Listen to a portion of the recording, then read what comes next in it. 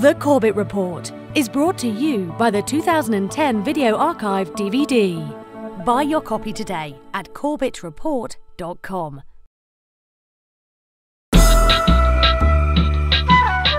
You're listening to The Corbett Report.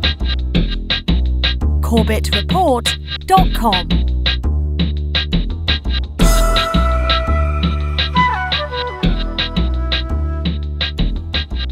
Welcome, ladies and gentlemen, welcome to another edition of the Corbett Report. I'm your host, James Corbett of CorbettReport.com, coming to you as always from the sunny climes of Western Japan here on this 22nd day of March 2013. Welcome to episode 263 of the Corbett Report podcast, Remembering Splitting the Sky.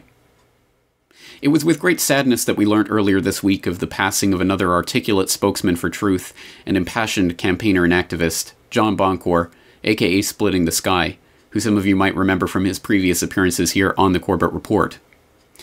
For those who don't know about Splitting the Sky, or don't know in detail, it is, of course, exceptionally difficult to try to encapsulate, let alone memorialize, a life so enriched with such interesting experiences as Splitting the Sky's was in a humble little podcast like this, but that is the task that we have set before us today, so let's attempt to do that. And to commence in that task, why don't we start by turning to an article that was posted on, of all things, the Vancouver Sun's website earlier this week under the headline, Native Peace Activist John Boncour Found Dead. Quote, his native name was Dakajawea, or Splitting the Sky, and it was a name that John Boncour took to heart through his lifetime of political activism. Boncour, 61, was found dead last week on a path on the Adams Lake Indian Reserve near his home in Chase, near Salmon Arm. He is believed to have fallen on cement steps, and may have suffered a blow to the head. Also known as John Hill, or Dak, Boncour will be remembered as a man who stood up for all that he saw as tyranny and injustice. He principally shouted from the ramparts for Native peoples, and made headlines 4 years ago as the man who was charged after trying to make a citizen's arrest of US President George W. Bush on a visit to Calgary. At age 19, he landed in Attica prison, notorious for brutality and overcrowding. There he became the leader of the bloodiest prison revolt in U.S. history in 1971. 43 people were killed, with 29 inmates and 10 hostages shot during the retaking of the prison by authorities. Boncour was sentenced to another 20 years, and narrowly escaped execution over the death of a prison guard, and survived several assassination attempts on the inside before being pardoned in 1979. He continued his activism in the U.S., and was active in the anti-nuclear and American Indian movements in the 1980s and 90s. In 1993, Boncour was invited to a conference in Edmonton to speak about Native American sovereignty. It was there that he met Cree woman Sandra Bruderer, whom he married. Boncour is survived by Bruderer, 6 children, and 5 grandchildren. End quote. Well, as I say, that is really only the bare-bones biographical details of John Boncour's life, and of course do not do justice to the man himself. And in order to flesh out the mere skeleton of that article, I think today, rather than concentrating on third-party sources, we should turn to the life and the writing and the words of the man himself.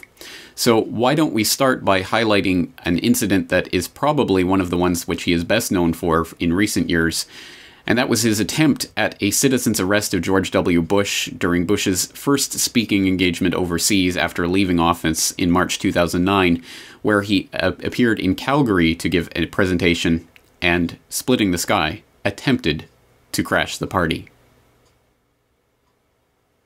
Where former U.S. President George Bush was speaking at a paid event. While luncheon attendees entered the convention center today, protesters gathered outside.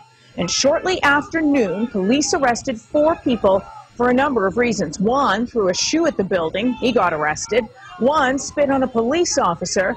Others were arrested for trying to get inside the building. You have nothing. We have asked you as representatives of the people to arrest us now. We're asking you to arrest us now. Eventually it came down to Splitting the Sky, confronting the police guarding the TELUS Convention Center, essentially saying, well, now, will you arrest George W. Bush? Will you do your job?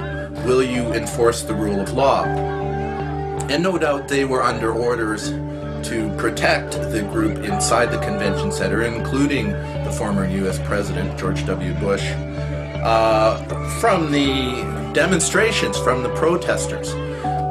So by the time the police were addressed by splitting the sky and then made it clear to him that they had no intention of arresting George W. Bush, he informed them then he would do that. He would conduct a citizen's arrest. And he did break through police lines, and he was slammed down into the ground. He's 57 years old.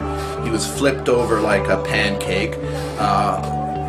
Handcuffs were put on him, and after he regained his wind and after he stood up, he declared very clearly, "Arrest George Bush, not me. Arrest George Bush, not me." If you go to the tapes and see what the group or what the people were saying, the protesters were saying, they were saying, "Arrest George Bush, do your job," pointing at the police, "Do your job."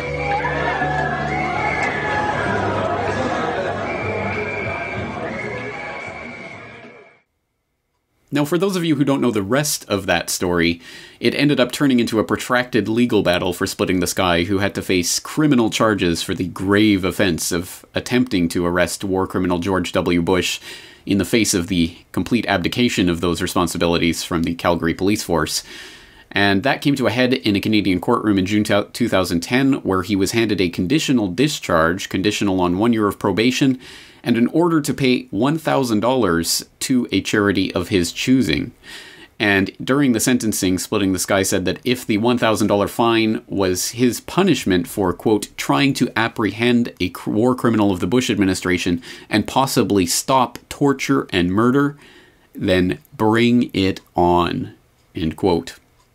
And the icing on this particular cake is that the charity that he chose to donate his $1,000 to ended up being Architects and Engineers for 9/11 Truth. So it can definitely not be said of Splitting the Sky that he was an activist who only talked the talk. He most assuredly walked the walk, and he lived the life. And I think we have to keep that planted squarely in the forefront of our minds when we are looking back at the words, the actions, and the life of Splitting the Sky. So let's turn back to this issue of the war criminality of the Bush administration and the war criminals who have never been held accountable for their blatantly criminal actions during their tenure of power in the White House. And this was a topic which Splitting the Sky remained firmly committed to, and which he continued to press even long after it became apparent that the Canadian injustice system was never going to do anything about this. It still was something that he spoke eloquently and passionately about time and again. So let's listen to some of Splitting the Sky's talk about the war criminals, Bush and Cheney. I had the chance to interview Splitting the Sky earlier this week about these attempts to bring George W. Bush to justice and what the failure of the Government of Canada to act says about Canada's role in international relations.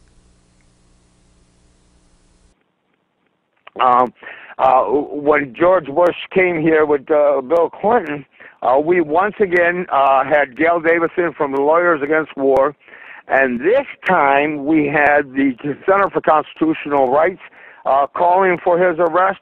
We had the opposition from the NDP party calling for his arrest on Parliament Hill. I then found out, as we were pressing, and all of the work that we've been doing to mobilize over these last couple of years, all of the, and I'm talking about major grassroots organizing, just in May of this year, we were at Surrey, BC to launch the campaign, and we passed out 20,000 flyers, as well as about 1,000 posters posted up all around, and we've been on Facebook to the point between the Lawyers Against War, Gail Davison, Center for Constitutional Rights. We then got a major endorsement from Amnesty International, which put out a call for the arrest of George Bush when he got to Canada. And then we called on some of the people that were tortured by the Bush administration in Guantanamo Bay, and they're now calling for his arrest because they want to sue Bush administration. So by this time, we came with hundreds more people showing up in Surrey, BC, in front of the Sheraton Hotel. at this bogus economic conference. There were hundreds of cops out there, the same military. There was a lot of military snipers up on top of the rooftops, helicopters flying around. We never did get to see them. There was a number of people that wanted to break the line, but you know, and I thought, well, maybe I would have to do it again, but you know, you can't do everything all the time. I set the example, and I got to let the next wave man take over, because certainly if I had done it a second time, the punishment would be 5 times more severe than it was. So perhaps you can just speak to, what does this say about Canada? Because as I understand it, Canada is one of the only places that Bush and Cheney will dare to visit anymore, because so many other countries have decided that they will do their duty in upholding the charges for war crimes that are so obvious and have been presented by so many respected lawyers around the world. And of course, we saw Bush cancel a visit to Switzerland last year because he was afraid of being arrested, yet they travel in and out of Canada with total impunity. What does that mean about Canada and the Canadian government? Well, what it says is that finally the world no longer sees Canada as a peaceful humanitarian country that we used to be here. Canada, especially under the Harper regime, and since post the free trade agreements of the Mulroney era, Canada has degraded itself to the point of becoming serfs, economic serfs of the United States interest, and especially the U.S. interest of foreign policies. So the United States is under the Harper regime, and basically went gung-ho again under the auspices of fighting terrorism internationally. Canada signed up with the Coalition of the Willing, backed the United States interest in Iraq, and also backed the U.S. interest in Afghanistan, and provided the Joint Task Force 2 special forces to arrest and detain suspected al-Qaeda terrorists, and then sent them off to these black sites to be tortured. So Canada is complicit in the war crimes. Another aspect of Splitting the Sky's work for which he will be justly remembered is his 9/11 activism. And again, just like his war criminal activism, he went above and beyond the call of duty and what most activists will do by not only being an articulate and impassioned spokesman for 9/11 truth, but also for connecting dots that few others have, especially when it comes to the money connections behind 9/11 and the 9/11 money trail. This is one of the aspects of 9/11 that I feel has been greatly neglected by a lot of the 9/11 truth community, and Splitting the Sky has given remarkable talks connecting some of those dots. Was the 9/11 attack a self-inflicted wound to garner sympathy? It makes good sense to follow the money. There are reports of a sharp rise in the credit card transactions, which moved through some computer systems at the WTC shortly before the planes hit the Twin Towers. Now, the only thing about this little blurb here is that they only try to make it look like millions were transacted just prior, minutes before the towers went down. Well, the fact of the matter is, it was months before that billions were accumulated. Not just minutes and millions, but months and billions. Unusually large sums of money, perhaps more than $100 million, were rushed through the computers as the disaster unfolded. More than a couple of years back, this was reported.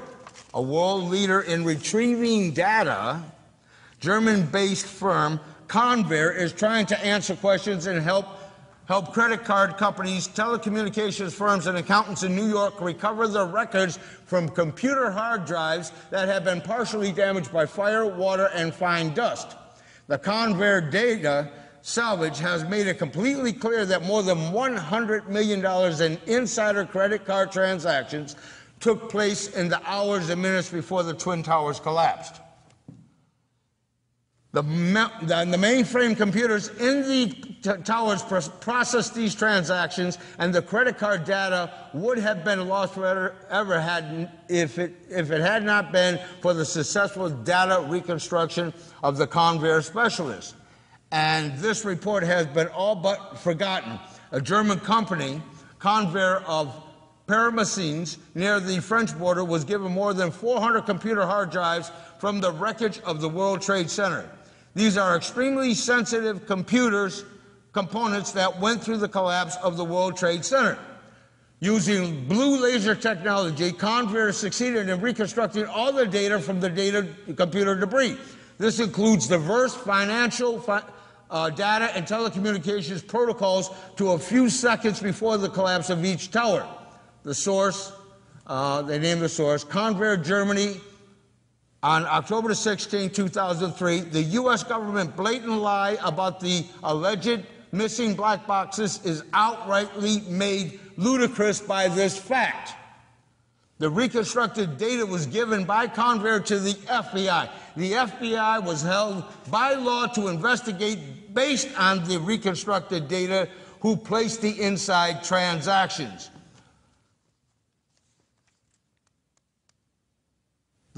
That data from Convair was bought up by Kroll Inc. And Kroll Inc. was bought up by Maurice Greenberg, who was trying to hide his major involvement behind the put option stock tradings on 9/11. Now, there's a guy by the name of Richard Andrew Grove, but there's also, I want to get back here for a second, I want to backtrack here and get another critique.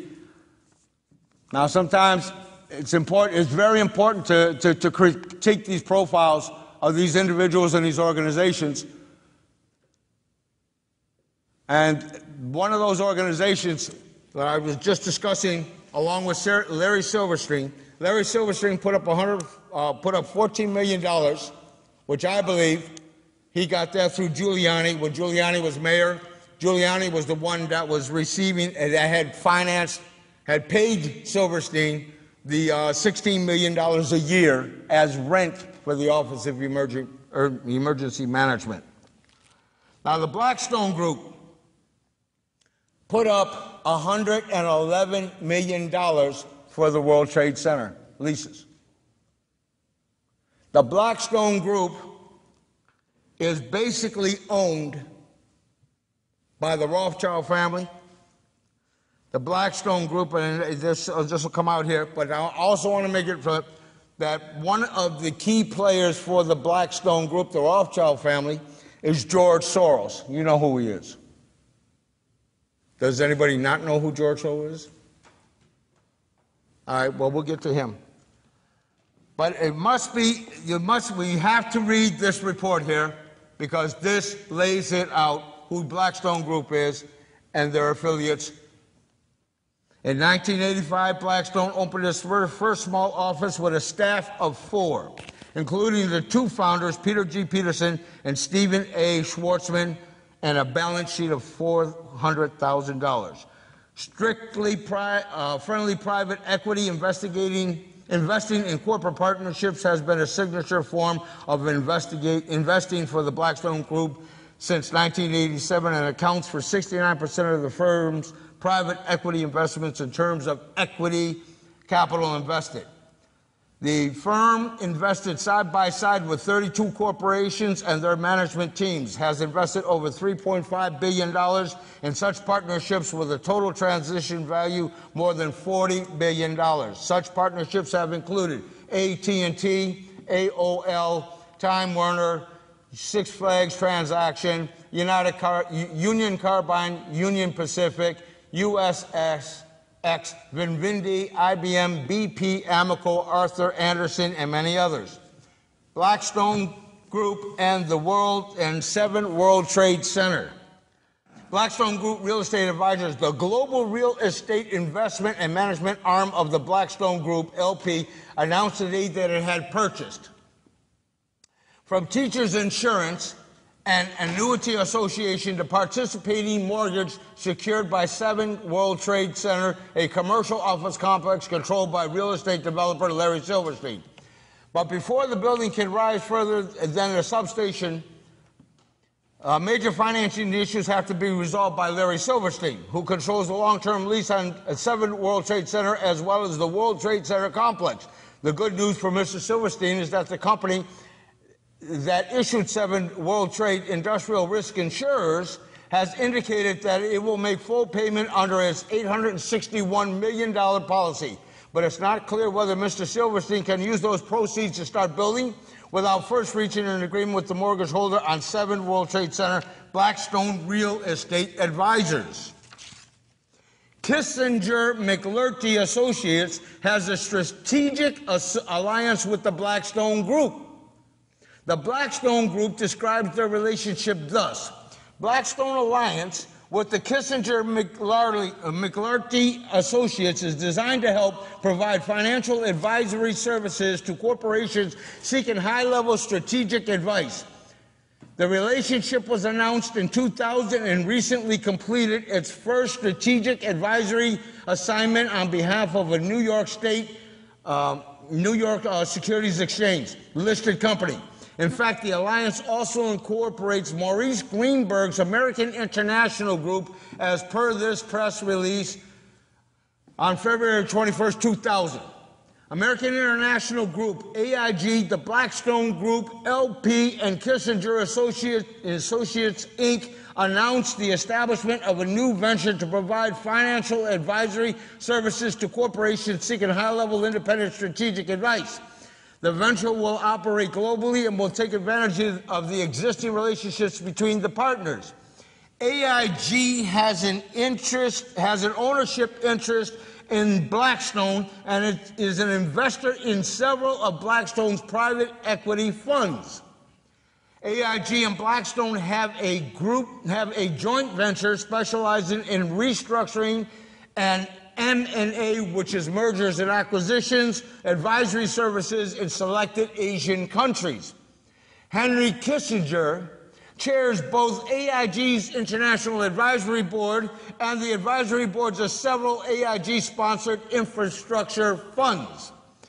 The AIG Blackstone Kissinger Associates Ventures recently completed its first advisory assignment on behalf of a New York State Stock Exchange-listed U.S. company.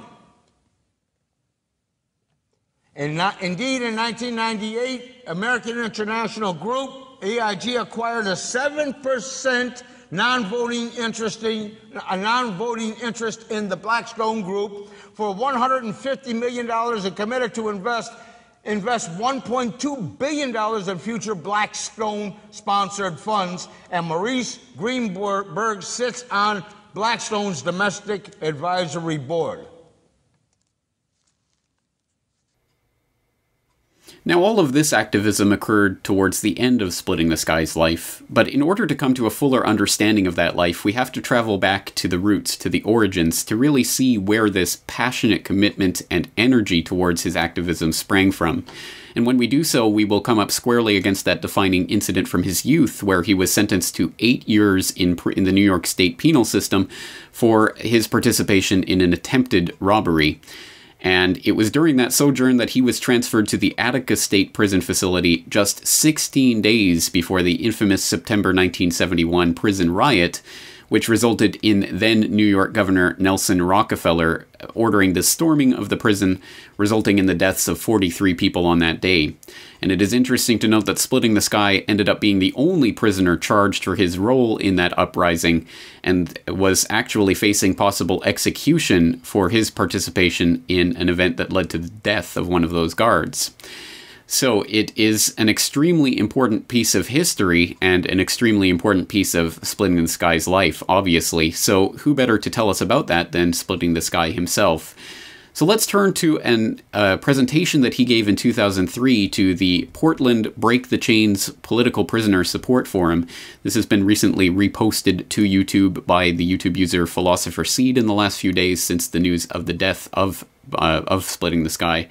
So I will, of course, as always, post the link to the full video and all of the videos cited in today's episode in the show notes for today's episode. So if you want to see the full presentation, and I suggest you do because he does talk about the entirety of his life during this wide-ranging conversation, but if you want to see that, please go to the show notes and follow the link from there. I have bleeped out the naughty 4-letter words for the squeamish in the audience, and I know that this podcast is also picked up by the Next News Network and Sky TV and others, so I have bleeped out the naughty bits, but if you want the full uncensored version, please again go and find the full video in the show notes to today's episode. So here's Splitting the Sky in a wide-ranging presentation that he gave in 2003 in Portland, Oregon, talking about his experience in the Attica State prison riot. Another set of books was given me by another brother, and they were written by George Jackson, a prisoner, a black political prisoner in San Quentin. And in the book I read Blood in My Eyes, and then I read Letters from George Jackson, and that book was going all over the prison population. By this time there was a great antisocial movement happening. There was the rise of the Black Panther Party. There was the Black Liberation Army, the Puerto Rican Liberation Army, the women's group, the women's movement was getting very powerful. There was the anti-war movement. Before you know it, all of these people were coming in as political prisoners, prisoners of conscience, and they were starting to educate us who didn't know, who didn't understand, and we began to create cells to teach one another what was going on in this world, to reconnect ourselves to who we are as human beings. And so after reading George Jackson's books, I was totally inflamed by what he wrote, because he spoke to my anger. He spoke to my need to grab that capitalist system like a bull and grab it by the horns and turn it and twist it until you snap its neck. And he was such a powerful motivator in my life. And then one day, we heard that George Jackson had went on a visit, and that the guards in the prison said that George Jackson had an afro, and inside of his afro was a .38 snub nose. And he was plotting to escape with that .38. And so they shot and killed him 19 times. They shot him and murdered George Jackson. At that time, you could not congregate more than 3 people without getting basically bludgeoned to death for defining an order inside a prison. We decided to just say to hell with that, because many of us were given the label of being militants, because we were constantly engaging, fighting, and going to solitary confinement and being tortured when we went to solitary confinement. So when this happened to George Jackson, everybody unanimously came out to the yard and we all did a prayer. We put black armbands around our white shirts and we had 10 minutes of silence in prayer unanimously for the spirit and the respect of George Jackson. The guards become unnerved. 2 days later, a black man, a white man, were in the yard scrimmaging for a football game. As they're scrimmaging, a lieutenant comes out with 15 guards, and he yells out, "Lock that nigger up now." And the white guy that was with him said, "Well, if you lock him up, you're going to lock me up too." And so the lieutenant says, "Well, lock that nigger lover up too." And all of a sudden, when they went to grab this brother by the name of Leroy Dewar punched the lieutenant in the mouth, which was completely unheard of. Because you knew that the second that you hit a guard like that, you were dead. And as soon as he did that, had we not jumped to his defense that very moment, he would have been dead. And so would have that brother, white brother, that would have went to the box with him. So I'm sitting there, and I happen to be lifting some weights and seemed to be getting very, very strong, physically fit, and was also, you know, learning to box and fight by one of the sparring partners from Muhammad Ali back then, who was in jail. But I was going to be a pro fighter. I was going to be a middleweight contender. And so I was fighting Golden Gloves in the joint, but I was sitting there lifting some weights and pushed the weight up. And just as I was pushing about 240 pounds up on a bench press, all of a sudden this big guy, big Indian guy that was behind me, grabbed me. He said, "Holy shit, did you see that?" I said, "What?" He said, "Man, that brother man over there just punched that guard in the mouth, that lieutenant in the mouth." I said, "Whoa." I jumped up, and all of a sudden, it was almost clockwork. Everybody just ran and got this brother's defense. So there was like this unseen solidarity that had never been seen before. Everybody surrounded the brother. And the lieutenant was there by the name of Maroney, and he said, and you could see he's now visibly shaking, and so all the guards that are with him. And so Lieutenant Maroney says, "Hey, I give you my Eagle Scout honor. We won't lock him up." I jumped through the crowd, slapped him in the face, and said, "F you and your Eagle Scout honor, punk."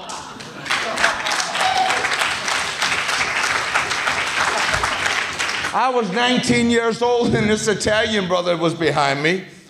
He grabbed me, and he said, "Young blood," he called me, eh? He said, "Man, them motherfuckers will kill you." I said, "F it, let's go. Let's go." But I slipped through the crowd, and everybody was there, and they were just like totally shook. Everybody gets back to the cell, and now they're looking for the people that had been in the fight. They wanted Leroy Dewar, and they wanted the white guy named Ray Lamore, and they were looking for a young guy they had never seen before who looked like a Puerto Rican young lord with pop marks on his face. That's the way the Attica Commission read years down the road. So I'm sitting over there brushing my teeth, watching them come, but by this time I had taken 2 razor blades and a can opener and a piece of wire and just 2 blades on each side. So if somebody comes and I make my move, you get sliced, you got 2 gashes to have to deal with. And I'm going to make my final stand because I know they're going to kill me. But somebody's going with me. That was my feeling. Let's get it on. But I'm sitting there, but if I didn't have to, that was cool too. I'm sitting there brushing my teeth. Sitting there brushing my teeth, and this guy comes down, this big, ugly-looking guard, lieutenant. He's standing, he looks in there, and he says, and the guards are looking like this, and he's looking, and then he goes, "No." Right? So he walks on, I said, right? Finished brushing my teeth. That night, they came and got those 2 brothers from another cell block. And all of a sudden, we could hear all of this yelling and screaming going on. And I looked out at night over to the other cell blocks, and I could see the lit up cell block. And I looked, and I could see all these fires and all this noise and cans of stuff being raised. And apparently, they tried to take the brothers out of the cell, and everybody that was in the cell was throwing cans and burning toilet paper and paper, everything. And everybody was like saying, "We're going to get you in the morning." So the word went, and you know how fast things could travel in the penitentiary. Something happened here today. Tomorrow morning, the whole penitentiary knows. That's the prison grapevine. Next morning, they locked them 2 brothers up. We figured, hey, they're going to kill them. The word was, you get to the mess hall, and there's a general food fast. Nobody takes food. We got into the mess hall, the 1,300 prisoners. The only people that ate that morning, were the diabetics that had to eat. You could see 300 guards around in that mess hall, and you could hear their keys shaking without a sound. You could just hear their rattling. They knew we, like caged animals, had smelt the blood. We smelled their fear. We knew they were afraid. Their illusions of power and invincibility had just been shattered right before our eyes. And so at that point, we knew we were going to take this place. Something was going down. We were walking down the hallway, walking back towards our cell. There was a captain. Usually the doors are unlocked, the gates, to go out into the prison yard, to get ready for your assignment for the day, to go somewhere. We went outside. We get outside. We were ready to go outside to wait for the assignment, but the door was locked. So they were trying to get everybody back into their cells. They were going to lock the prison down. That's what they were going to do, and probably shake down for weapons and whatever else. So-called contraband that they could get in there, taking and going through people's properties. There was a brother by the name from the Black Panther Party, walked up to the captain as he was coming down in cell block number 9, which I was in, and cell block number 5, which was the militant, that's where everybody that had the big M, the militant label, was housed in cell block 5. But our 2 tiers converged, and we were walking down the same hallway, and this brother from the Panther Party said, "Hey, what happened to those 2 brothers last night?" The captain says, "Well, I tell you, I don't know, fellas, but I'll get back to you." The Panther brother said, "You're full of shit." Boom! Hits him in the jaw. As he's going down, Sam Melville kicks him right in the ribs, cracks his rib. And that's when I turned around and said, "Take this place now. This is it, the riot. Take Attica now." The jump. That was the spark. We turned around, before you know it. It was like that spark to set off that prairie fire Ed was talking about. It was just like a match in a dry field. Before you know it, people who were doing life bids on top of life bids, who had never seen the stars for 20 years, 30 years. Everybody was in a rage. And everybody automatically started seizing hostages. And it was unbelievable how many people could move it all at one time so fast, so hard. And in a moment's notice, we were organizing in chaos, mass confusion, but there were people that were coming to the forward. "No, get the hostages, take them out to the yard. Seize the materials in the commissary. Get this clothing, take the hostages' clothes off, put them in the inmates' clothing so that the enemy doesn't know who they are." And before you know it, they had 4 gateways, 4 corridors, 4 blocks. And where all gates came together, there was an area that was controlled by the guards on the inside, and they had the keys. You couldn't get from one cell block to the other unless you got through that gate, those 4 gates. They had the gates locked up. By this time, you could hear the siren in the city, the town of Attica. You could hear this loud siren. They knew this was it. The prison was being seized. They lost control. All of a sudden, that area, what we call that 4 corners, we actually call Times Square. But right there at that area had the gate, big cast iron gates that went from maybe here to Ed.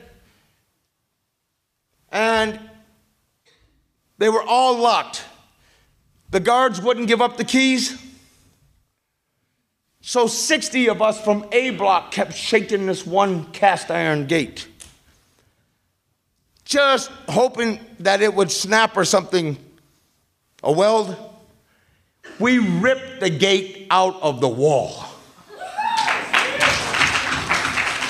The official Attica Commission said it was a defective weld. I'm here to tell you, we ripped it right out the wall. The wall came down in that corner. 60 determined people, black, white, yellow, and brown, brought it down. Brought it down. We opened that gate. When that gate went down, it hit one of the guards in the head. And it killed the guy 2 days later. But they blamed that guard's death on me because I'm the one said, "Take this place now." So I was charged with this guard's murder. We held the prison for 5 days, and we set up an elaborate negotiating table. We told the state that we demanded that they send in the mass media. For the first time in the history of the New York State or the country's penal system, we were able to force the state, and there was a guy by the name of Russell G. Oswald, who was the head of the New York State prison system, and directly answerable only to Nelson Rockefeller, who was the governor of New York at that time. For the first time in the history, he conceded to sending CBS in, NBC, ABC, and they came in, as well as a number of different evolving cable TV networks came in, and when they came inside the prison, we knew we had won, and the reason we knew we had won, because they could not discredit and smear us and say this, that, and the other without, from a one-sided perspective, but the whole world could see from themselves what we were doing. And here we were, 1,200, almost 1,300 men, beginning to set up an elaborate negotiation with state senators and with William Kunstler, a civil rights attorney who was coming to represent us, State Assemblyman Arthur O. Eve, and a number of different people, Tom Wicker from the New York Times. Before you know it, we began to negotiate our grievances in the prison system, starting with the sweatshops and the exploitation of the labor of the prisoners, the fact that inmates were not allowed to write home to be able to communicate. Spanish prisoners couldn't communicate in Spanish. There was a whole a list of 31 demands, and many of the demands were becoming to seem as if we were engaging in negotiations for reform. Some of us said, to hell with reform. We're not trying to make prison conditions better so we can enjoy our oppression. Some of us said, to hell with that.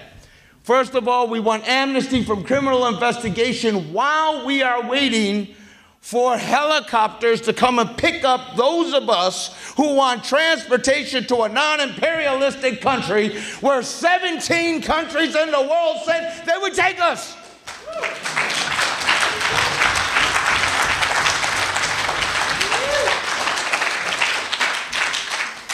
Well, as soon as we threw in that demand, that was it.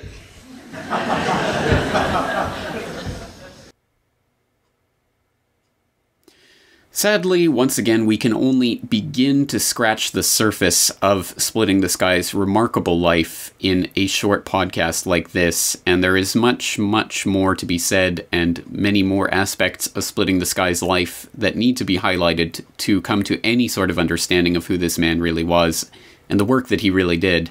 But hopefully, at the very least, we've become acquainted with some of his research and activism, and that motivates the people in the audience to find out more about Splitting the Sky. And when and if you are motivated in that manner, I hope you will go to the Splitting the Sky blog at splittingthesky.blogspot.com, which I will link again in the show notes to today's episode, which was a blog that was keeping track of Splitting the Sky's research and activism, his writings, his speeches, etc., and does have a significant archive. So again, I hope you will make use of that resource and use that to explore more fully the life of Splitting the Sky. But sadly, of course, we are here to commemorate that life because it did come to such a sudden and tragic end at the much too early and much too young age of 61. And on that note, of course, with a prominent political activist like Splitting the Sky, we always have to, at the very least, question what was the cause of this death. And at this point, at any rate, we don't have a very clear or very good answer to that question. So I will refer to the Splitting the Sky blog, which posted up this piece on March 20th. We owe it to DAC to be suspicious and to be vigilant. Quote, while it is still early and we do not have many details beyond what was reported in the newspaper, we owe it to DAC and to his family to be suspicious and vigilant, to ask questions and demand answers and accountability if they are not forthcoming in full detail. DAC said on several occasions over the years, please, if someone tells you that I died from a slip and fall, don't fall for it. So I must say that I am suspicious of his sudden death in exactly that manner.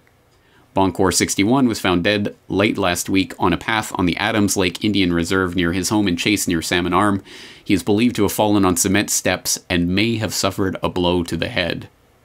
Again, We don't have all of the details yet, and I do not know what is being done in terms of investigation, but I do know that from spending time with him up there, that he went for long walks by himself every day in quiet and secluded areas around the small town of Chase. That would have been perfect for an ambush had anyone wanted to take him out. Yes, accidents do happen, but due to his long history of very dedicated activism during which he always spoke truth to power, confronted tyranny head-on, outed the major global criminals and cabals, and was a constant thorn in their side, there is no doubt that he had powerful enemies. While I do not want to accuse anyone of a cover-up, we, the friends, brothers, and sisters of Splitting the Sky and his family, must expect that a proper, full, and public inquiry is conducted, and insist upon accountability for those charged with investigating his untimely death." End quote. And on that very note, let's turn to an audio excerpt from the Jack Blood show from March 19th, 2013, where he was talking to recent Corbett Report guest Larry Pinkney about the death of Splitting the Sky and the investigation that is currently ongoing into exactly what caused it. Dakajawea, his Indian name, meaning splitting the sky, his colonial name, John Boncour Hill from Six Nations. And Boncour, actually, that's interesting. Doesn't that mean good heart? Spelt a little differently if you're in France, but literally even his colonial name fit him. Good heart. He had a big one.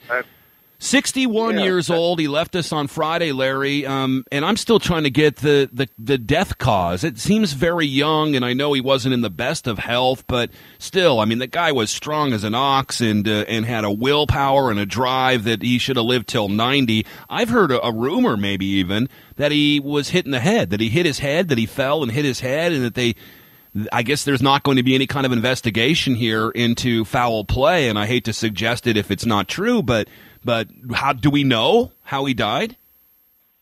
Actually, at this point, we don't. We had, when I say we, I'm talking about Phil Racino and myself had a guest on about this, about Splitting the Sky and his legacy, just last night on the radio show called We Cannot Be Silent. And the guest's name is Joshua Blakeney. That's Blakeney, or Blakeney. I hope I'm pronouncing Joshua's last name. He's been on the show before. He's a Canadian activist. In fact, he might be calling in today if we're lucky. But so what did he say? If he's not here, let's recap that. He was saying, and I'm sure he'll reiterate this, he was saying that there will be, as a result of pushing very hard, some kind of investigation into Splitting the Sky, Dakatewa's death. I think it's extremely important at this point in time. We just don't know. What we do know is that the brother is no longer with us, and we do know, what he has done and how important it is.